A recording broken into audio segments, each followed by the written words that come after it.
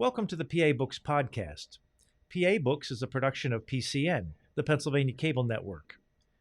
This program features interviews with authors of books on Pennsylvania people, history, sports, business, nature, and politics. While the focus is always on Pennsylvania, topics like the Revolutionary War, the Battle of Gettysburg, the Industrial Revolution, the coal and steel industries, and authors like John Updike, David McCullough, and John Grogan have a universal appeal. We hope you enjoy this podcast.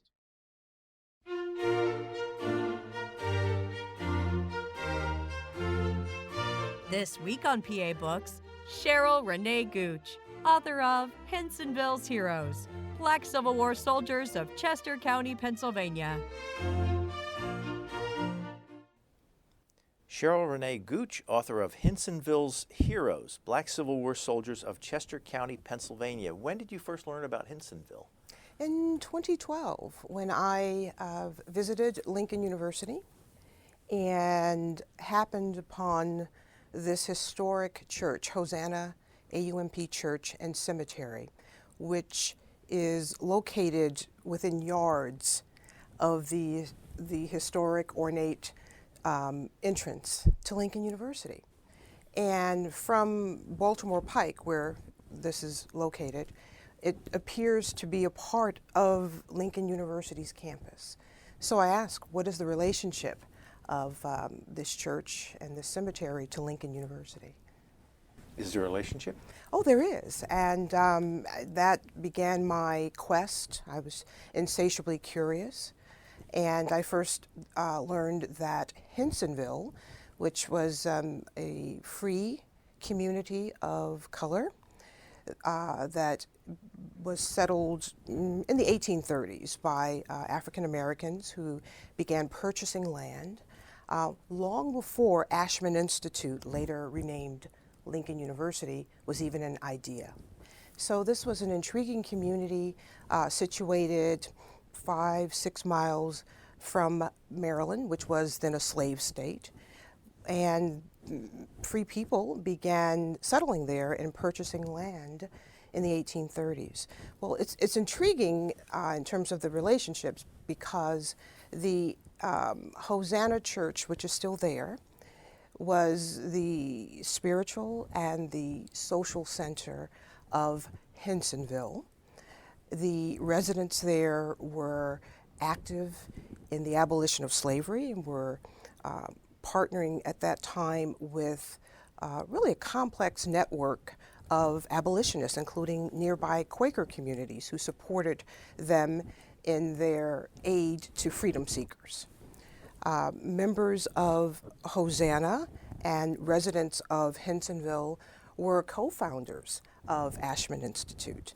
In fact, the first students to enroll at Ashman Institute and to graduate were members of Hosanna Church. So I began this is intriguing. So there's a lot of intersection and relationship.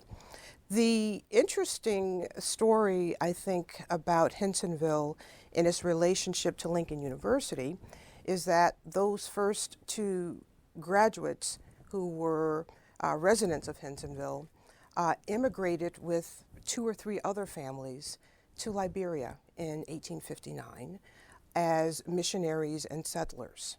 So there's a lot of history of this community of Hinsonville shaping and influencing our history here in Pennsylvania, the country, and the world, in that Lincoln University was the first historically Black university degree granting here in our country. So members of this church and this community were instrumental in the founding of that institution.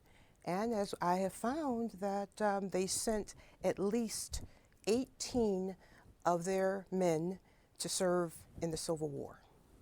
When you started asking around at Lincoln University about Hinsonville, did that name mean anything to them, or is it forgotten? Well, Hinsonville has disappeared from most contemporary maps.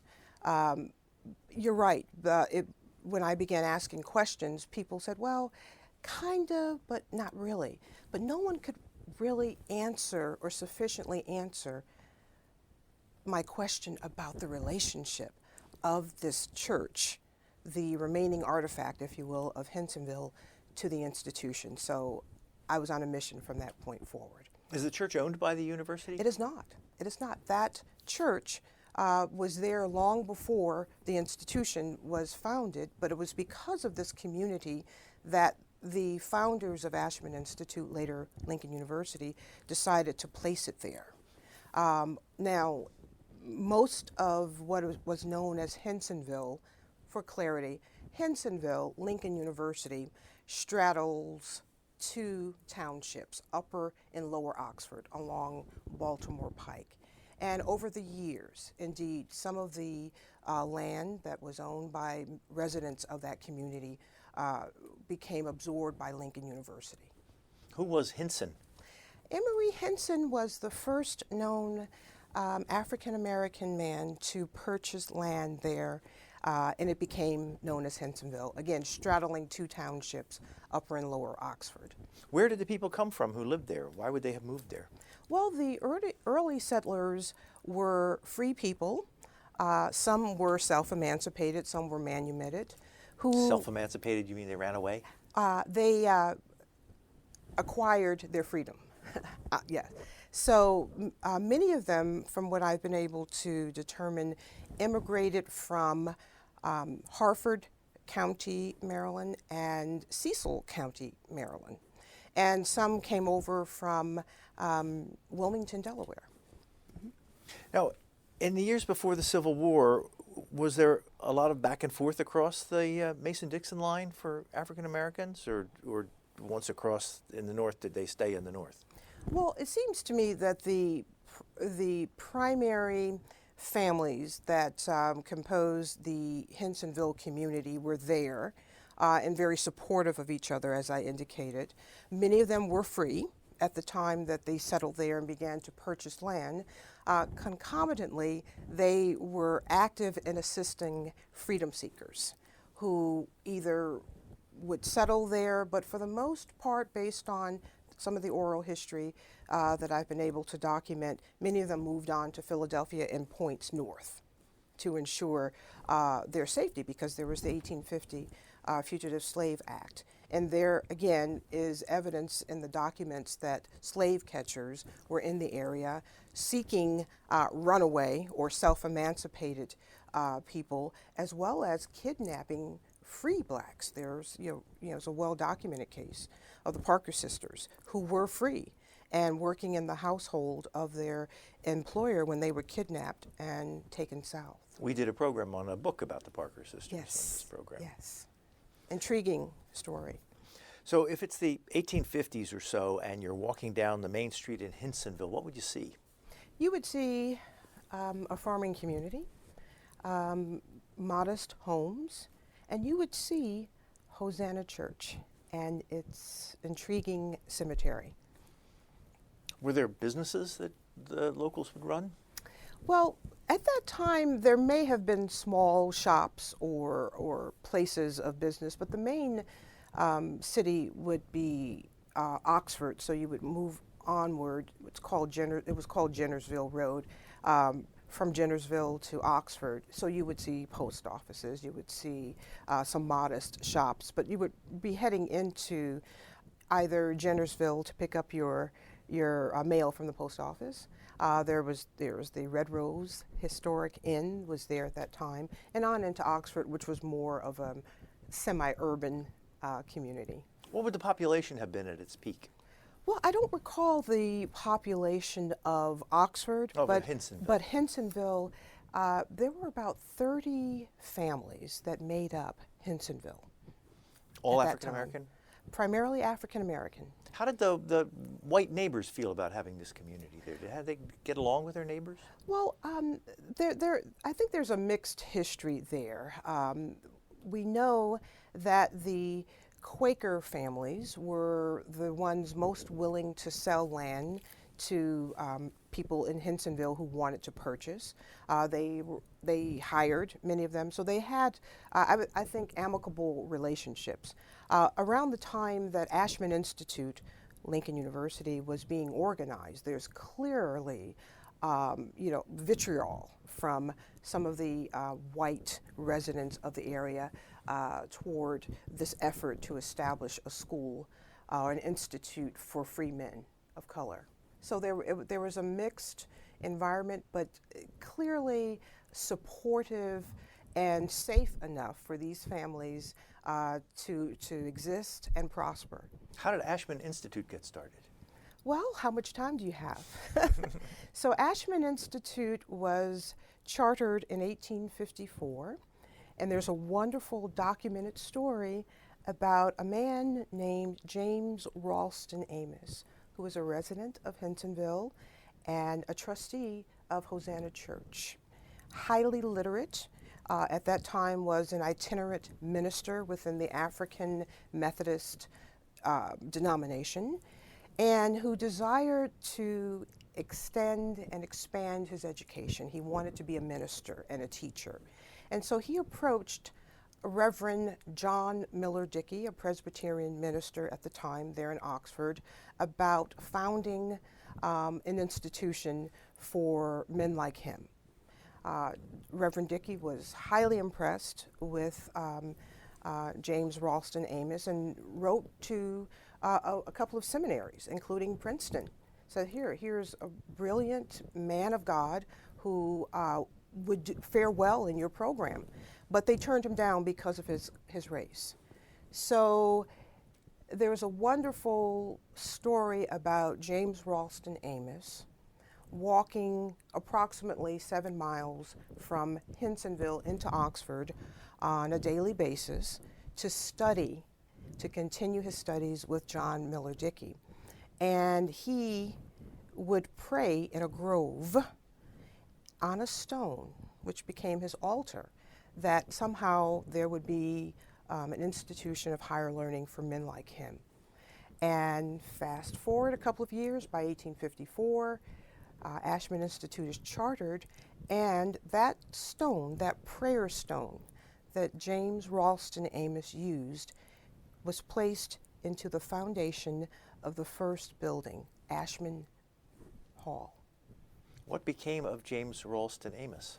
Well, he enrolled there in 1856, and he graduated with his brother in 1859, and they and 3 other families, including theirs, immigrated to Liberia, which was the mission of Ashman Institute, to serve as missionaries, where he and his brother served. When did it become Lincoln University? In 1866, after the Civil War, the revered General Oliver Otis Howard, Union General, who also served on the Board of Trustees of Ashman Institute, urged men at Lincoln University to move onward and upward, he says.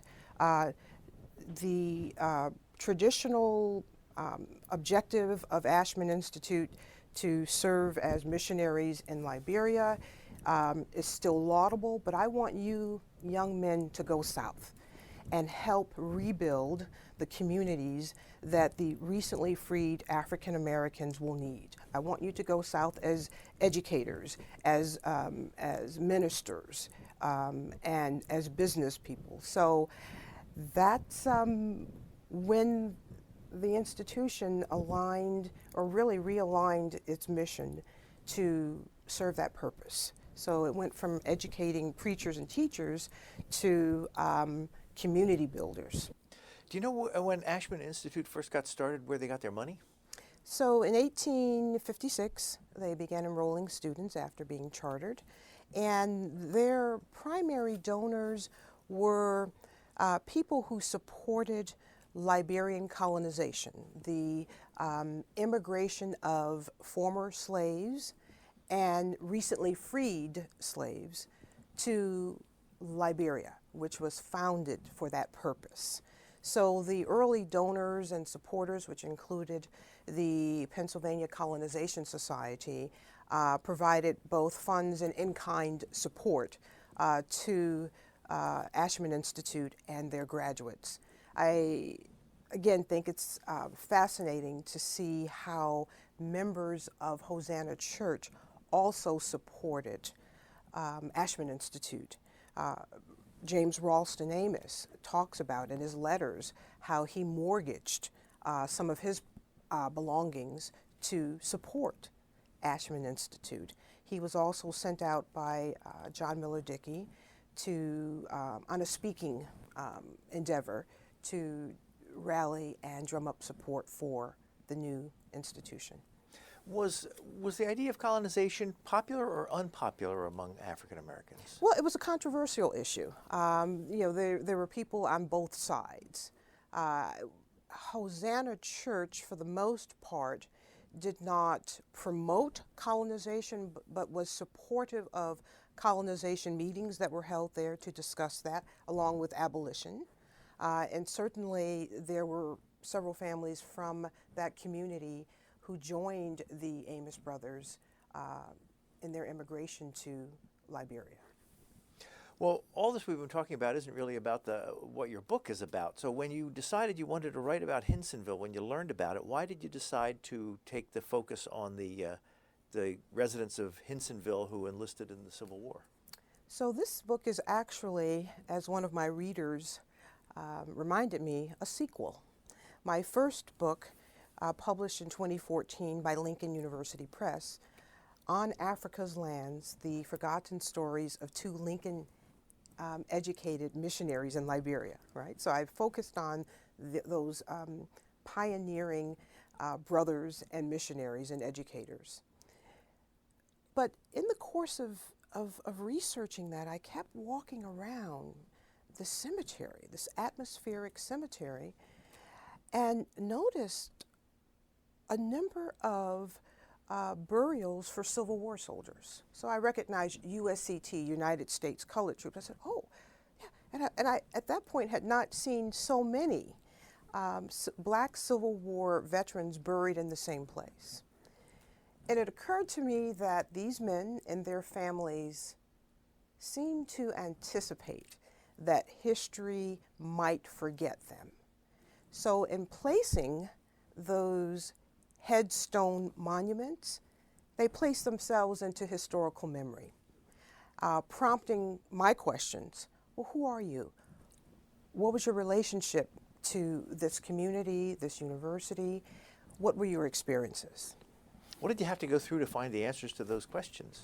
Well, in the absence of any primary or comprehensive documents, I read their tombstones, which indicated the regiments in which they served, which led me to their pension files, which were it's just a treasure trove of information. So it includes their physical descriptions, of course, when they enlisted, the battles that they fought in, when they were discharged, some information about their families and their origins. Some of them had been formerly enslaved, and they mentioned that as a part of documenting their identity and their places of residence.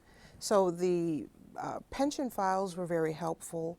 Eventually, I would return to the other primary sources, such as census records, death records, some marriage records, and occasionally some land deeds. Divulged information about their lives. So I was attempting to, in effect, resurrect them, to enable them to continue telling their stories. You know, what were their experiences before, during, and after the Civil War? Who were they? These were men who witnessed and shaped, really, and transformed our democracy. Who were they? And what were their experiences? You said there was, how many families, like 30 families? About 30 families made up the Hinsonville community. And you focus on 18 who volunteered, so that's a pretty big percentage of the town. It is. It was remarkable, remarkable. Why would they have volunteered?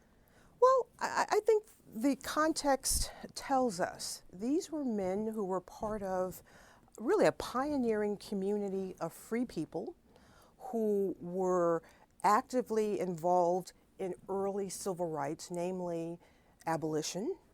Their community of faith, which centered around Hosanna Church, was actively involved in helping people who were seeking their freedom. These men also witnessed the founding and the growth of an institution of higher learning for free men of color in their community. So they were witnesses to and participants in major social movements. And there is a prevailing, I think, spirit of independence and sense of agency in these people who owned land and built their community around a core of faith. What was the age ranges of the volunteers? Most were around 18. I would say between 18 and 20 when most of them enlisted. I think I read you had one, it was Abraham Stout was Stout? Stout was 15? Well, so he may have been slightly underage, I recall, but again, eager to enlist and prove, like many of them, their sense of patriotism and a desire to end slavery. How did they figure out who volunteered and who didn't? Because they had to leave enough people behind to keep running the farms while those 18 men were gone. I didn't get around to asking them that, but there were several generations at that time. So these were men who were some formerly enslaved, some born to parents or grandparents who had been enslaved. So this is at this point really second and third generation. So there's a vibrant community of multiple generations there. Because you have your list of volunteers in there, and there are Yes. 3 members of the J family. Yes, So that would have meant there's 3 fewer young J men to work the farm. Well, it's a large family. It was a large family. Yes. So- a pioneering family, by the way. So what kind of records, do church records still exist? None, virtually none.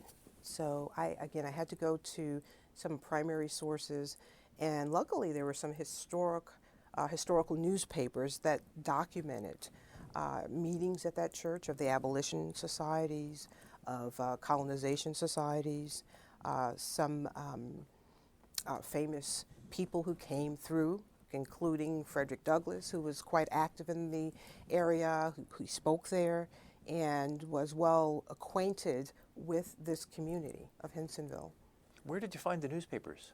Well, some of them are available online. There are some databases, some historical newspaper databases, but the Chester County Historical Society in Westchester, one of my favorite places, most favorite places in the world, has a very extensive collection of historical newspapers capturing the social, political, and religious life of many communities within Chester County.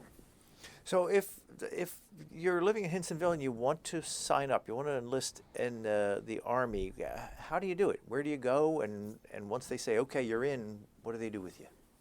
Okay.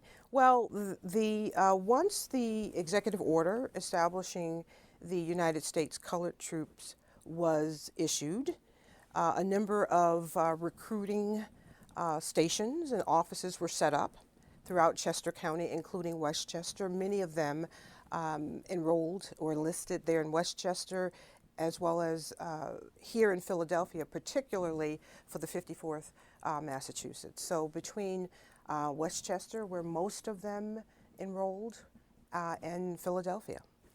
So of the 18, 11 of them, I believe 11, trained at the former Camp William Penn, which was located in what's now Cheltenham Township in the community of Lamott, named in honor of abolitionist Lucretia Mott. Okay? So Camp William Penn was the first federal, really the only federal training camp for U.S. colored troops. And most of them trained there before they were dispatched. What kind of training would they get? Well, they received military training. There's evidence that they were also encouraged to attend church services. Some of the men were able to utilize their time to gain literacy. There was a stream of inspiring and respected speakers. Harriet Tubman spoke to the troops.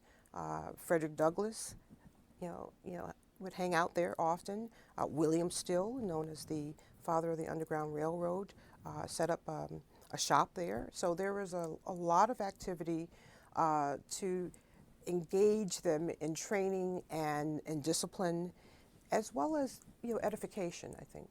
If you go to the site of Camp William Penn today, is there anything to see? Well, there is. The remaining entry gates are there, and there's a group, Citizens for the Preservation or Restoration of Historic Lamont, operates a museum, a Camp William Penn Museum nearby, which includes artifacts and information from that period. So were they being trained to be frontline troops as opposed to kind of support troops? Well, they were trained in infantry and combat, and many of them saw combat. Many of them were involved in high loss encounters, and suffered injuries and illnesses resulting from that service. You mentioned the 54th Massachusetts. Why Massachusetts, and what was it about that unit? Well, Frederick Douglass, who rallied President Lincoln to support the enlistment of black men in the quest to reunify our country, had a special interest in the 54th Massachusetts, because before the order was issued, the state of Massachusetts formed, what I believe was really the first state in the North to form a regiment for black soldiers. So Frederick Douglass was very active in promoting the 54th Massachusetts before the general order was issued for other regiments, and he ordered or encouraged two of his own sons to enlist, which they did, and he was on his feet. He was here in Pennsylvania, in Delaware County, Chester County, Lancaster County, urging black men to enlist.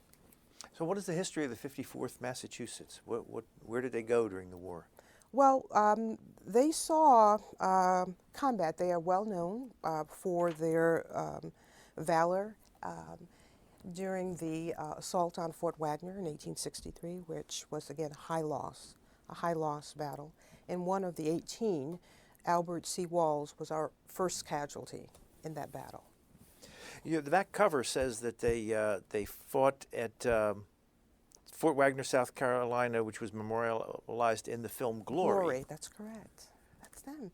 6 of our guys were there on the front line. They were in it. As a historian, how close did the movie get it? Rather accurately, I think. And I particularly admire the use of Colonel Shaw's letters in his particularly home, and I think it's pretty accurate in terms of showing, the intense fighting and really high risk involved there. So these men went in knowing that many of them would not make it. Miraculously, 5 of the 6 from Hinsonville did make it back, but not always well or whole, which was the case for the men of the 54th Regiment as well as the others who trained at Camp William Penn. When they were in battle, did they fight side by side with white soldiers? Well, they fought, I'm not sure, but they fought nearby in close proximity, absolutely. When they were did all the men from Hinsonville train at Camp William Penn? Is that where they were routinely sent? So 10 or 11 of the 18 trained at Camp William Penn. Robert G. Fitzgerald, who's made his way to Massachusetts to enlist in the 55th, by the way, Massachusetts, and the 6 others trained at 54th Massachusetts. So really 11 of them trained at Camp William Penn. There's a couple other units they were in. How would they decide, or the Army decide, who went into what unit? Well, I think it had to do when those units or regiments were formed, and at the time that they enlisted. You mentioned Robert Fitzgerald. Will you tell me about him? Because he has a pretty significant role in your book. Well, yes, he does. He was an avid diarist. He was born in Wilmington, Delaware, to a father who was biracial and who had been enslaved by a Quaker family. His father married a white woman and began to raise a family, and the family immigrated to Hinsonville in around 1852 with the intention of enrolling Robert at Ashman Institute. And when he was able to, he did enroll. In fact, he was there a student at Ashman Institute when he decided that he was going to abandon his studies and enlist in the Army. He returned after his discharge and resumed his studies at Ashman Institute.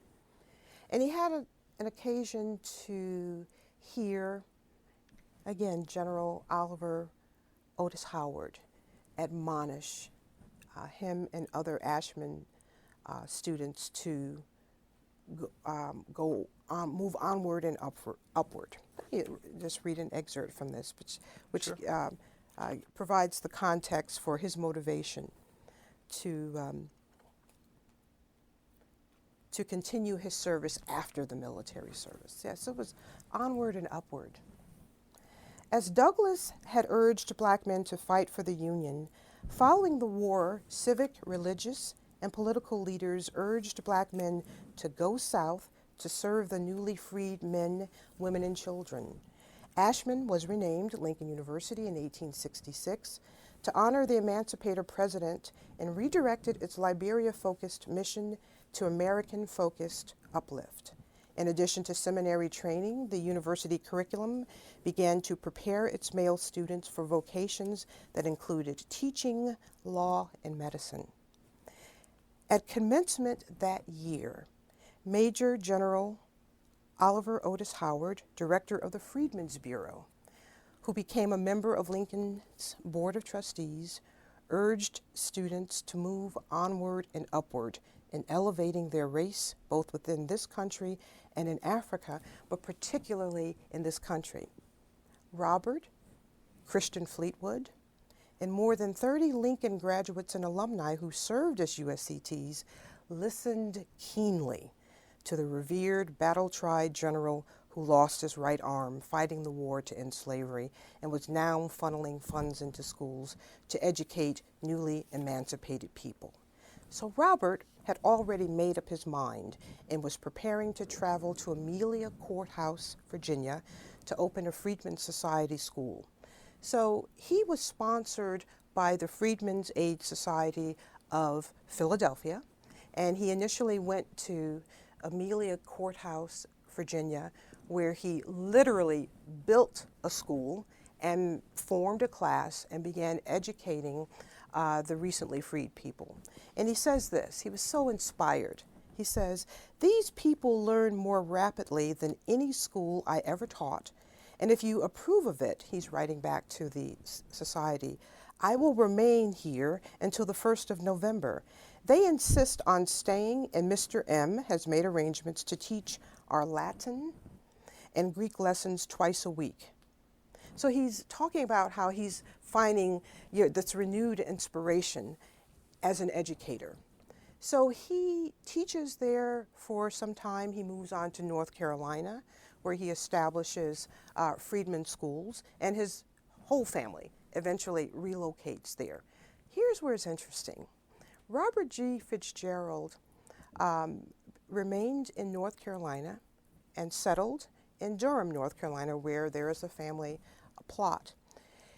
He kept a very detailed diary of his experiences at Ashman Institute, on the battlefront. He describes how the troops would go in, capture the Confederate rebels and free slaves, but he was always feeling that his life calling was to be an educator.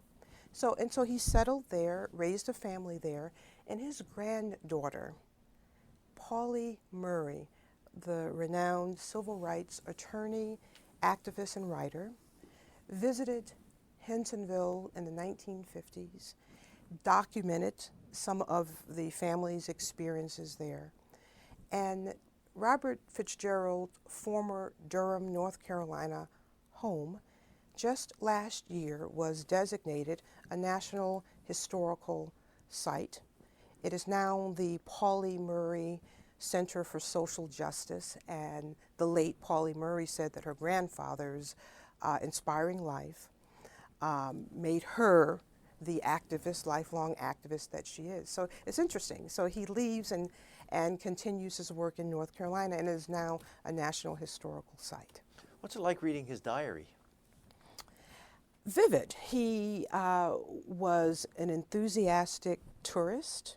He was quite assiduous in documenting the details of landmarks, of geographical locations, and also of really ruminating about how he, as a man of God, he was quite pious, would serve his country as a soldier and as a teacher. So it was quite interesting, and it helped me to round out his story and get a sense of his values and what he thought were his most meaningful contributions to American society. Did he write much while the war was going on about his experiences Yes, in battle? he did. Yes, he spoke about where they were located, how he was feeling, seeing some of his comrades being shot down or injured, and again, looking in the faces of people that the armies were able to free from bondage was quite inspiring for him, even when he wasn't sure that his own life would be spared. In fact, he says, he wrote home, "If I get shot, send my trunk to Elkton Station," which was the station near his home in Hinsonville. Were there any of the other of the 18 who kept diaries? He was the only one. The only one. So I was able to reconstruct their lives and some of their experiences from some of the letters that they wrote or statements that they provided for their pension benefits, some of the statements that their witnesses or people who supported the application wrote and submitted as a part of that process. Were any of the letters that they wrote home, are any of the letters still surviving? Well, there were no letters written home as far as I know, with the exception of Robert Fitzgerald's diary. Most of the letters that I've seen, in some cases their own handwriting, and the handwriting of their spouses, are located within their pension files. So, how many lost their lives in the war? There were two. There were two who died in combat. Well, Albert C. Walls there in South Carolina. Hugh Hall, who happened to be his brother-in-law, died in Barrancas, Florida, from wounds. The rest of them made it back alive, but again, not healthy or whole for the most part. All of them suffered for the remainder of their lives from service-related injuries or illnesses. You refer to, is it George J., one of the three J brothers? They said he wasn't quite right after he came back from the war. Well, George J., yes. Context. The J brothers are, or were, so our characters follow us around, so, were grandsons of the patriarch, Patrick Walls, who settled in that area. They came from a very close, tight-knit family, very supportive. So George J., again, survived as a member of the 54th Massachusetts, survived that horrible, horrible battle, made it back, resettled in Hinsonville, but he was most likely suffering from post-traumatic stress disorder. He just went in a different direction. He, in early 1870s, along with several other friends, I suppose, was arrested for larceny, had sort of a crime ring going, and he was convicted, unfortunately, and sentenced to 11 years in Eastern State Penitentiary. which at that time was still practicing solitary confinement. When he served his time, he was released, but he was not well. His family back in Hinsonville took him in, tried to care for him, but he checked in and out of what was then the Chester County Asylum for the Insane as it was called, several times before being permanently committed. And he spent the rest of his life institutionalized. So he spent really another 27 years in Norristown and then eventually Embryville Hospital. How many of the 18, you said 2 of them lost their lives. How many of them went back to Hinsonville and just resumed their lives? All of them. That's interesting. So they were living there and associated with Hinsonville before the war, and all of them returned, those who survived, to Hinsonville. And 11 of them chose to be buried there. You said in the book that a couple of them were at Appomattox for Lee's surrender? Yes. Several of them, actually, were there, a part of that army of the in Virginia that cornered Robert E. Lee's army and forced their surrender. So imagine that. They're witnessing the abolition of slavery. And 2 of them were in Abraham Lincoln's funeral parade. Okay, so 2 were in Abraham Lincoln's Washington, D.C. parade. The members of the 41st USCT actually led that procession, and members of the 24th at Camp William Penn, which was the last USCT regiment to depart, led the procession here in Philadelphia. Now, after the war was done and they came home, did people sit down with them and get them to tell their stories and write down their stories, or did you find any of that? Well, no, that's where my job began. I had to find a way to resurrect them. Again, in the absence of letters and details, how would I resurrect them to tell their stories? How'd you do it? Well, first of all, I wanted to make sure that their names and their experiences were committed to public or historical memory. And it was important that they not be anonymous, but certainly not forgotten. So I really wanted to, if you will, effect a certain kind of restorative justice, right? Because if we did not reconstruct their social histories and commit their names to historical memory, they would be forgotten, at best a footnote. How many did you find photographs of? Well, the only surviving photograph is of Robert Fitzgerald, who appears on the cover of the book. There are no known photographs of any of the other Hinsonville heroes. The other gentleman who appears on the cover is the well-known Christian Fleetwood, who is not among the Hinsonville heroes, but was a resident of Hinsonville. He and Robert Fitzgerald were classmates and friends.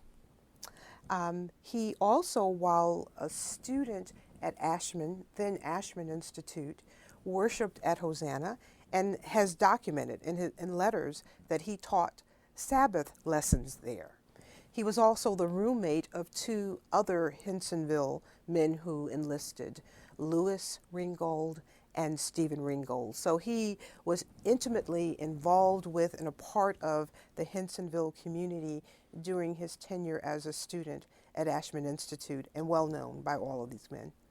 You did find a lot of records having to do with pensions. Yes. Now, can you explain that, how the pension system worked? I mean, who was entitled to one, and how much money did they get? Well, it didn't work very well for Black Civil War veterans. In fact, many of them spent an inordinate amount of time trying to secure equitable pensions from the time that the war ended well into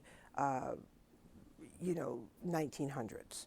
In fact, Frederick Douglass and other stakeholders convened conventions to address the difficulties that many of the Black Civil War veterans encountered in securing their pension benefits. So in the 1800s, so between 1865 and the late 1880s, the average monthly pension was about $5 a month, which was a paltry amount even then. And remember, many of these men had been farm laborers. They were primarily engaged in farming work. And as they grew older, their ability to continue that rigorous farming labor was diminished. Concomitantly, many of them were suffering with illnesses and injuries related to their service. And this was not uncommon at all. So there was a cottage industry of sorts that emerged where many of them had to hire attorneys to intercede and help them process their applications for pensions. And there is evidence that there were some discriminatory practices on the part of the Pension Bureau, even some of the doctors who treated them who seemed somewhat reticent to certify certain illnesses that would have entitled them to higher or increased pension benefits. Oh, they would get more pension benefit if they had been injured? Yes, and over time, along with other ailments, they would apply for increased monthly benefits. What kind of documents did you find for that? I mean, was it interesting going back and forth? It was intriguing. Again, in the pension file, so that process, once someone applies, they're required to have a physician certify that condition that might make them eligible for either a pension payment or increase. And there's a rather sad case that I think demonstrates what often happened with these men.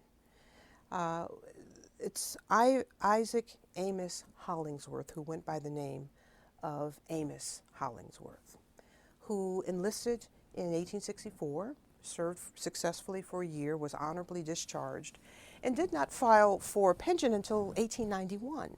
But he was very ill. So between 1865, when he was discharged, in 1891, when he filed, he was suffering from this recurring problem of diarrhea, which was common among Civil War soldiers.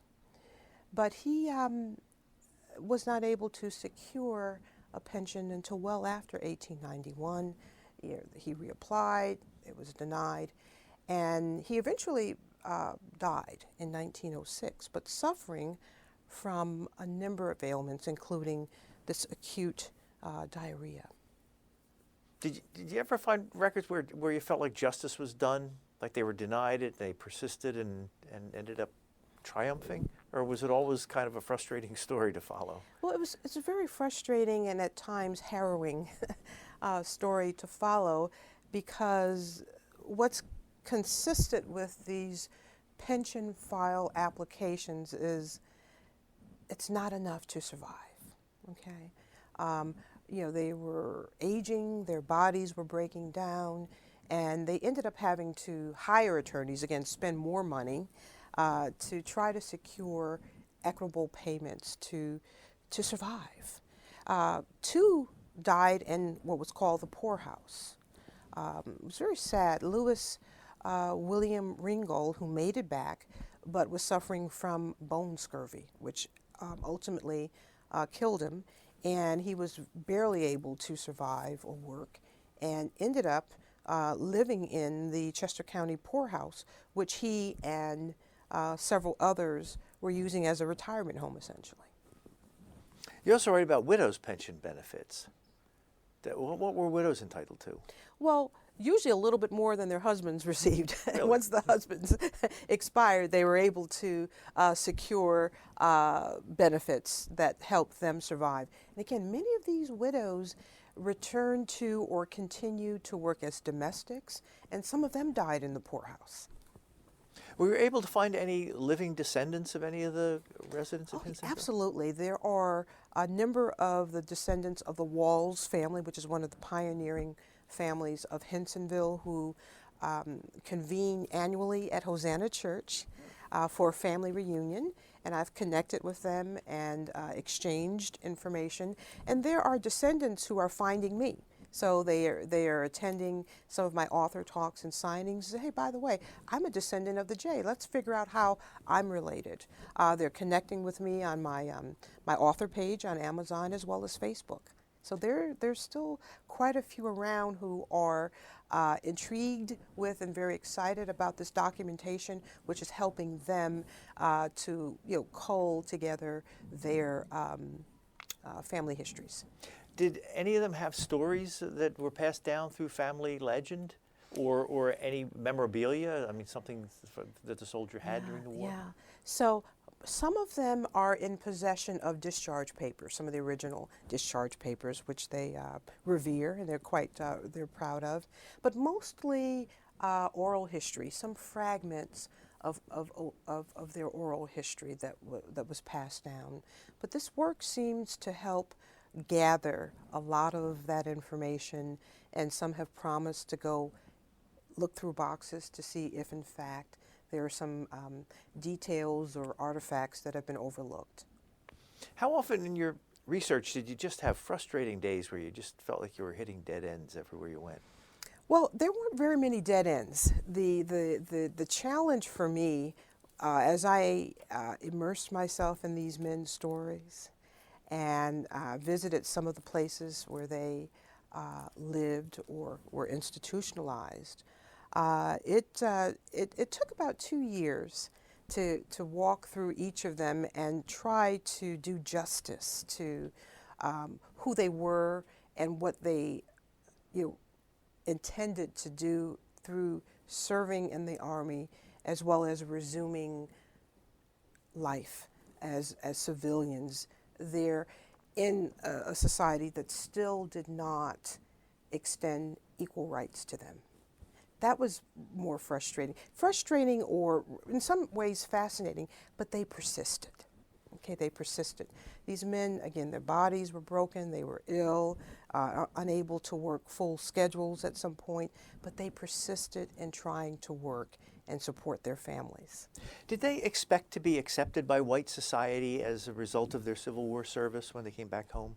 Well, some of their comrades have documented that. They expected to be regarded as people worthy of equal rights. Robert Fitzgerald makes an interesting notation in his diary about the continuing war after the war, where he encounters hostility. When he's in North Carolina, the Ku Klux Klan is threatening him and his family because he's establishing or has established schools to educate people of color. And he talks about that. And but there's that enduring belief in what it meant to be an American, and they were patriots, and never relinquished that, right? Even when they faced danger and inequity, they persisted. And they left those monuments, so that we would remember them. Well, the monuments there, if you walk through the cemetery there, how many, are all the veterans of the war marked with, their graves are marked? Mm-hmm. So there are 10 verified burials in Hosanna. 10 are visible. What does that mean?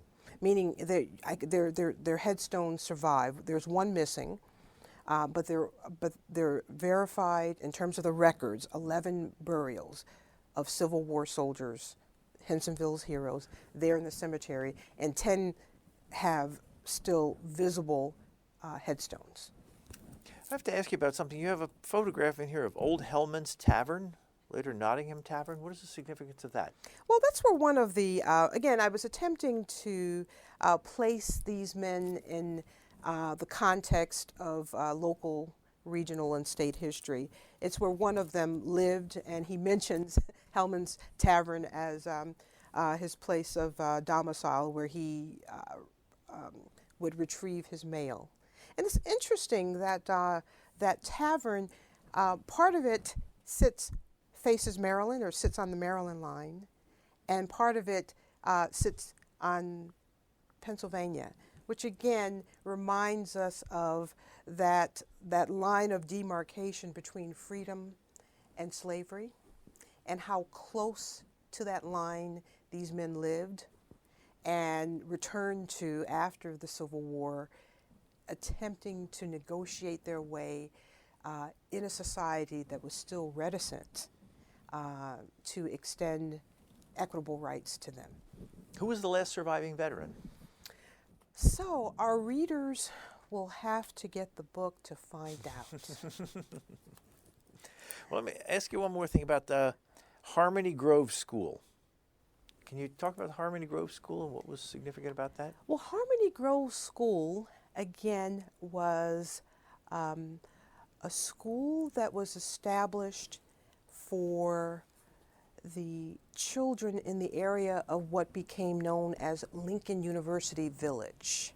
Okay, so in 1866, I believe, the United States Post Office established a post office, of course, there, and there was a train stop called Lincoln University Station.